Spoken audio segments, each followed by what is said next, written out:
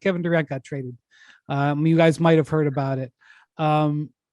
The terms of the trade were pretty remarkable.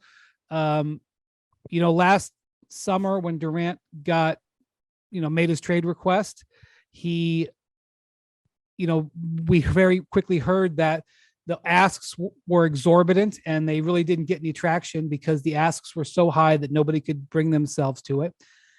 And the asks were so crazy high here that, and it was basically a one-team negotiation as far as I know. I'm pretty sure it was just with Phoenix. And the difference is now they're in the middle of the season and there's a new owner. And the other thing is it added about $40 million to the Suns luxury tax. And on his first day as owner, Matt Ishbia approved a trade that not only sent out 4 first-round picks, but added $40 million in luxury tax. There is bunch of 0% chance that would happen with Robert Sarver. Whether or not you think it's, well, let me just ask you this, Bontemps, good deal or bad deal for them? That's a great question. I think I'm not going to say it's a bad deal because they traded for Kevin Durant and he is one of the best players on the planet.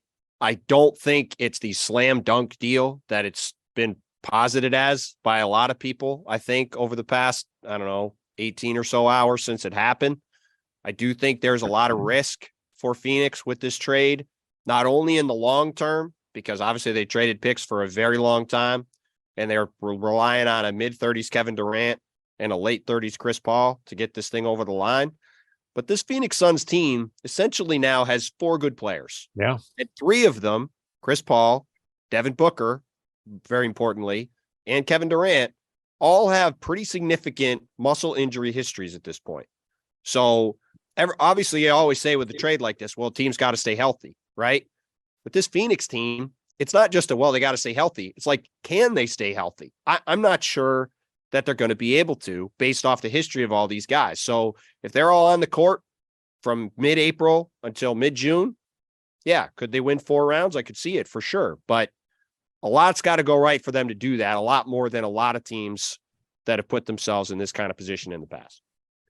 Yeah, listen, I think it was a good deal because they did not have a chance to win a championship, and now they do.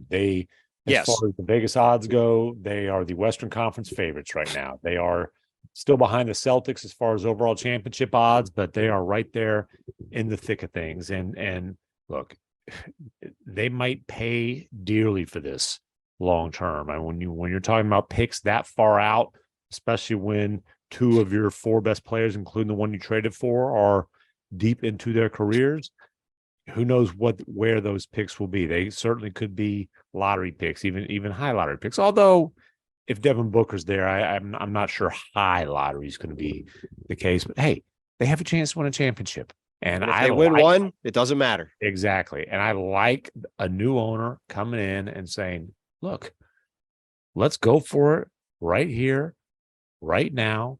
And, it's just, the timing of the trade was hilarious. It happened right before Kyrie Irving started his first post-game press conference with the Dallas Mavericks. Kyrie had barely sat down, and I didn't recognize the young fella who asked this, but as he was sitting down, hey, Kyrie, you hear about the KD trade? What do you think? Kyrie's like, dude,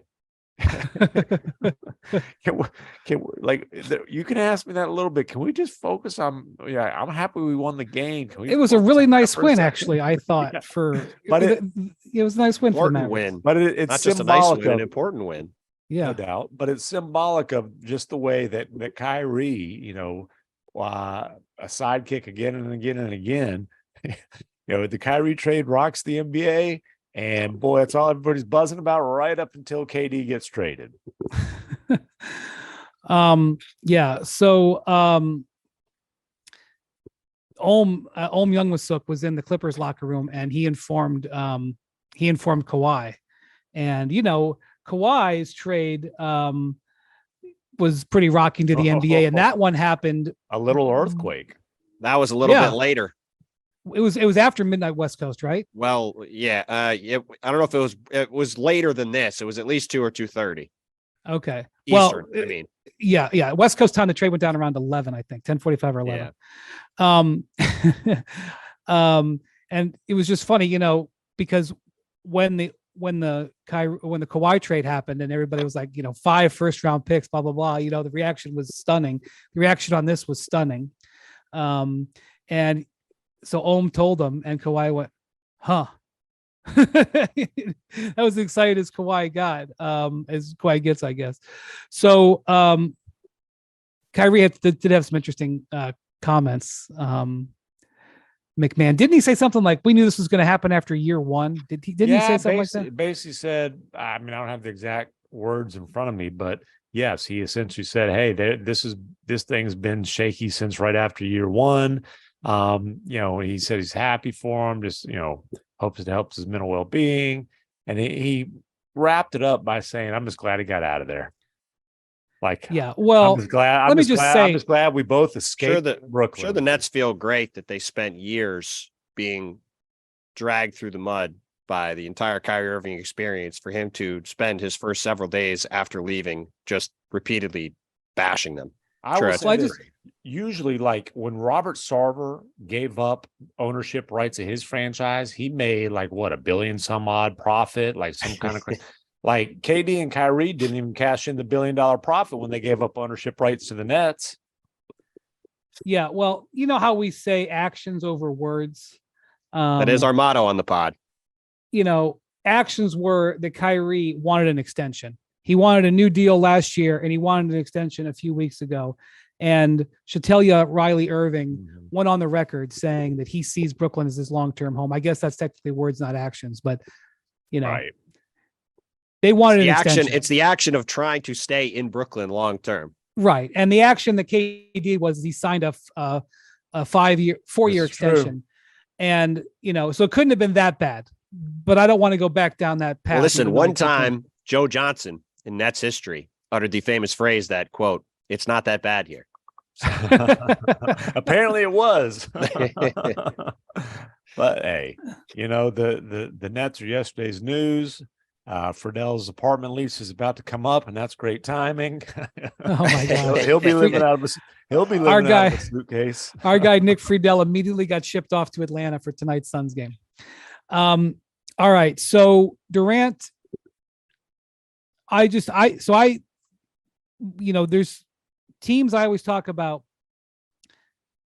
You have one of these 6 or 7 best players, and we can debate whether it's 4, whether it's 8, who can be the finals MVP. And Kevin's on the list. Yes. Every team, every time that I'm sorry, I've been up since 3. Every team is trying like crazy to get one of those players and then hold on to one of those players. And if you don't have one, you spend all your time trying to get one. So that is indeed what the Suns accomplished. He is 34 years old. He does have a history of injury. It's really good that he's under contract for 3 more years and that Devin Booker's under contract for 5 more years. Yeah. That's a really good thing. However, contract length doesn't matter in the NBA, as Kevin Durant just proved. What I think, so I totally get why the Suns did it. I think it's an absolute risk. But as much as they love Mikal Bridges and Cam Johnson, and they do love them. Yeah. They love those guys. The Twins, this morning in Atlanta where the team was, they canceled shoot around and they had to get together before Bridges and Cam left. And there, from what I wasn't there, but I was told there were tears shed about these guys, leaving because these guys had been together for years and it was emotional. And I have spent a lot of time around the Suns. I love Bridges' game. I have a high thought about the character of Cam Johnson, but neither one of them are Kevin Durant. And even though some of these picks, especially 2027, 2029, could end up being penal, whenever you got an unprotected pick hanging out there, you're exposed. Very, very high likelihood none of those teams will be one of those guys will be Kevin Durant. And Kevin Durant, when he's healthy, is still playing at an extremely high level. Yeah. So they'll be good players once Kevin Durant's retired, but if you have 3 or 4 more years of KD playing at or near this level, then you cash those guys in a heartbeat. Yeah. So I do think it's interesting to talk about it from the Nets angle. Bontemps, the first thing that happened when we talked about the possibility of Durant maybe being traded earlier this week, you thought it really made the Irving trade look strange. And I have heard nothing that has made me change my mind on that. Well, I mean, look, I'm not going to go too much over old ground, but I thought they needed to use Kyrie to get rid of Ben Simmons. They'd look a lot different. They're in a pretty good position now, even after this trade, being a much better one if Ben Simmons wasn't on the team. But that being even said, removing the Simmons thing, I'm talking about the package that they took. Well, I know, but that's what I mean. They made a package. They traded for a package that was more of a win now package than one to maximize the assets for their team, which would have been to get rid of Ben Simmons. But that being said, it is worth pointing out that after these trades, the Nets, I think, have a really good chance to be in the top 6 in the Eastern Conference at the end of the regular season this year. And they've got a pretty good team. They don't have a great team, not a championship winning team, but they've got a ton of draft capital replenished going forward. And they've got a really solid, deep roster with versatile, switchable players on defense, a lot of shooting, and guys they can flip for more stuff later. I mean, you look at a starting lineup of Spencer Dinwiddie, Dorian Finney-Smith, Mikal Bridges, Cam Johnson, and Nick Claxton. That's a pretty good team. That's a 43 to 45 win team. They're a lot like the Knicks. They're crosstown rivals now.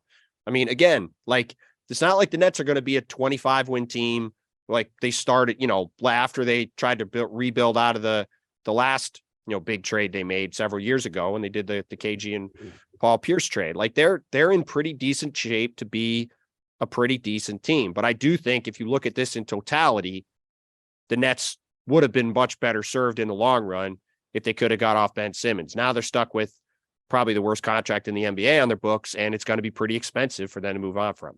Yeah, and one thing with the Nets is they have no benefit from bottoming out because they owe 2 unprotected picks, 2 unprotected swaps over the next 4 years to the Rockets, but there is benefit in maximizing how much draft capital they can get. They could have squeezed an extra pick out of Lakers. Although, listen, we've talked about that 2029 Mavs pick, depending on how things go, that certainly could have significant value. Or hey, if the Mavericks keep Luka happy, it might be a pick that's real late in the draft. We will see about that. I will say this: I thought that the Kyrie trade might have made more sense, but look, Dorian Finney-Smith is worth a first-round pick. I was going to say, if they want to pivot this summer, you're on it right now. I'm not necessarily sure I would say that about Dinwiddie. He has some value. Look, other than Simmons, they got a bunch of pretty good players. They'll have a lot of expiring contracts after this year. I mean, they got flexibility to go in a lot of different directions. Mm-hmm. They could do a lot of different things. Bridges has, listen, OG Anunoby didn't end up getting traded, but there was talk about 3 first-round picks for him. Bridges, to me, is a better version of that player. And locked in on a good deal. Finney-Smith certainly not as versatile offensively as Bridges in particular, but like you said, Wendy, like if they want to get a first round pick for Dorian Finney-Smith, they will be able to do that. Good teams want players like him for sure. Okay, well, let me just say this about Phoenix. Phoenix has 2 roster spots open. They don't seem to be all that worried about luxury tax in their new world order. That's a big change. Yeah, I mean, can you imagine Robert Sarver being presented with a trade that they wouldn't even bring it to him. But it's a rounding error on what Ishbia just paid for the franchise. $4 billion valuation. He paid like 2 point whatever. It's a rounding error. By the way, so I'm pretty sure I got the timeline on this. The board of governors approved his owner. I mean, once the league office gives the thumbs up, it's a formality. But although Dan Gilbert, his business rival as a mortgage broker, as a mortgage company in Michigan, abstained, the thumbs up came from the league on Monday, clear to close. If you were buying a house, you've ever bought a house or anything, you've heard the clear to close. The transaction closed on Tuesday. Real estate in the Dallas area, holler at me. I was going to say the IT department for the Dallas bureau is your go-to source for that. In, North Texas. your wife, MacMahon, loves to hear clear to close because that means the agent is about to get paid. Clear to close is the best thing you can brother. Hear. Yeah. So Tuesday the money transfers. He didn't actually transfer $4 billion. He bought some percentage of the team for it was 2 point $4 billion. something. Yeah. But he had to get that money together. I'll bet that was he's a billionaire, but I don't think he was quite like Ballmer, who just basically had a cashier's check issued to Donald Sterling. Whatever the amount Ballmer, who just dug was, around in the couches in his one of his mansions. That's right. Whatever the amount officially was, it was a lot of money for him to get together. Whatever it was. So basically he took, they signed the papers and the money transferred, however that works on Tuesday. Robert Sarver was out of the league by Tuesday. And then yesterday, he flies to Phoenix and has his press conference. He has like an all hands meeting with the staff, has his press conference where he seems like he's a pretty engaging guy. He didn't stand behind a podium. I mean, there was a podium, but he was just walking around, talking and answering questions. And then like 7 or 8 hours later, executes the biggest trade in the history of the franchise. One of the biggest in the history of the league. Yeah. I mean, talk about a first day. I mean, that is wild. I mean, from what I understand, the trade talks for Durant had started about on Monday. Mm-hmm. Kevin at some point will discuss it. My guess is it will be because he's injured right now and he's not necessarily in an all-out rush to get to Phoenix. He has to have his physical for the trade, but he doesn't have to do that in Phoenix. My guess is we'll hear on his own boardroom podcast his thoughts on it, and I don't know if he'll ever articulate it. But obviously, the Kyrie trade happened, and Kevin then became interested in leaving because that's when the talk started, and so they did talk. So Ishbia knew Monday, Tuesday, and Wednesday that there were talks. He was being briefed on that. So it wasn't like it all happened right after he got the team, but it's a crazy situation. It'll be interesting to see how they mesh everybody, but there's no state income tax in Arizona. They have, it wasn't like they traded all their draft capital, but they didn't harm their like star players. Like at the end of the day, Mikal Bridges and Cam Johnson are high-level role players. Mm-hmm. Whatever you think of DeAndre Ayton, he's had 35-15 games in the last week. He's a good player. And look, if this summer they decide that they need depth, they can certainly turn DeAndre Ayton into some depth. I agree. And obviously they have Chris Paul, who's not having a great season, but still very highly competitive. And they've got Devin Booker, who was an MVP candidate and could be again. In addition, who's their fifth starter, do you think? Well, they did another trade today with Dario Saric. They sent Dario Saric to Oklahoma City, and I don't even remember what they got in that deal. They got Darius Baisley back. I don't know. Yeah. Damian Lee, Josh Okogie, Torrey Craig. I guess I would say that was as much about saving. I could be wrong, but I would say that was much about saving money as anything, that trade. Yeah. So good question. Who knows? Maybe it's somebody who ends up getting a buyout. Like you said, no state income tax, a chance to contend for championships, warm weather in the winter. Scottsdale doesn't necessarily hurt recruiting efforts. Right. Okay, so that was the Durant trade. We're going to talk a lot about that going forward. We could seriously do another hour on it. I've been talking about it all day. Part of it is I'm a little bit worn out on talking about it. I will say this. I've talked to some people in the Phoenix organization, and I know that there was this kind of thought that this new owner came in and, made the new owner a mistake and just gave away the farm for this player. And look, this may end up being a mistake. Okay. I'm not going to deny that.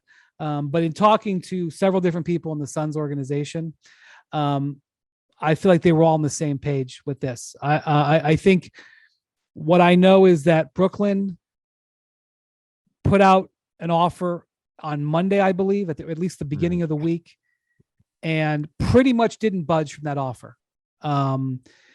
And I don't know how close how close or they got with any other teams. I have no idea. But they pretty much said this is what it's going to take, and the Suns at the end of the day acquiesced to it.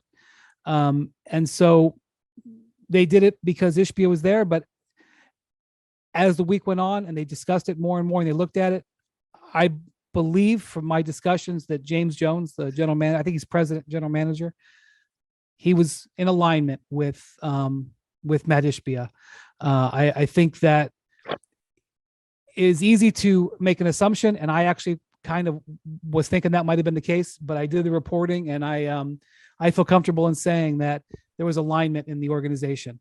I'll be interested to hear what Devin Booker says about it publicly, but from what I understand, he's extremely excited. There's a game going on right now. He'll talk after the game. By the time you hear this podcast, we'll have had his quotes. So I don't think Monty's allowed to talk about it because the trade hasn't gone through yet. I don't know if it'll go through tonight or not, but the trade has gone through. It has gone through. Yeah, okay. We have So all then the Monty we will have all talk. the emails. Thanks for watching ESPN on YouTube. For live streaming sports and premium content, subscribe to ESPN Plus right now.